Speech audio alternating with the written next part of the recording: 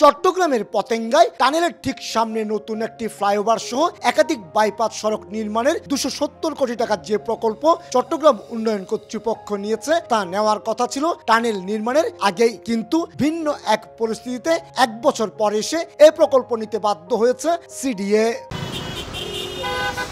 চারিদিকে শুধু গাড়ি আর গাড়ি, অসহনীয় যানজট, গাড়ির ফাঁক দিয়ে মানুষকে রাস্তা পারাপার হতে হচ্ছে।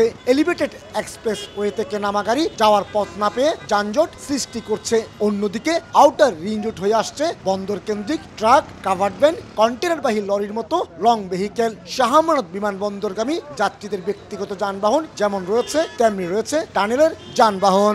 স্বাভাবিক দিনের যানজটে আধ ঘন্টা থেকে 1 ঘন্টা আটকে থাকতে হলো শুক্র, শনি কিংবা সরকারি বন্ধের দিনগুলোতে যানজটের কবলে পড়ে আটকে থাকতে হয় ঘন্টার পর ঘন্টা। টানেল কিংবা এলিভেটেড এক্সপ্রেস হওয়ার আগেই এই এলাকার যানজট নিরসনের ব্যবস্থা নেওয়ার কথা থাকলেও আমলাতান্ত্রিক জটিলতার মুখে তা হয়ে ওঠেনি। নতুন এই প্রকল্পের আওতায় ঠিক টানেলের সামনের অংশে গাড়ি অতিক্রম করে যেতে ব্যবহৃত হবে নতুন ফ্লাইওভার। একই সঙ্গে সম্প্রসারণ করা হচ্ছে বিদ্যমান সড়কগুলো। বিমানবন্দরগামী যাত্রীরা যানজট এড়িয়ে সহজে এই সড়ক অতিক্রম করে যেতে পারবে।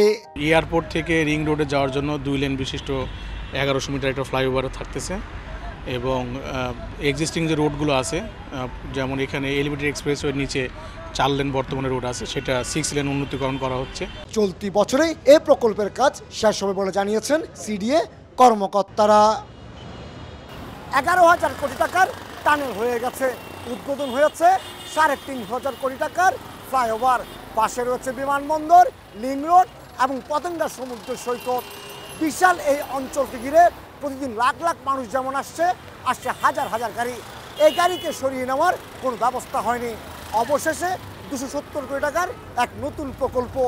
এই প্রকল্প কতটা কাজে আসছে সেটি এখন দেখার বিষয়। চট্টগ্রামের পতেঙ্গা থেকে কমল দে, সময় সংবাদ।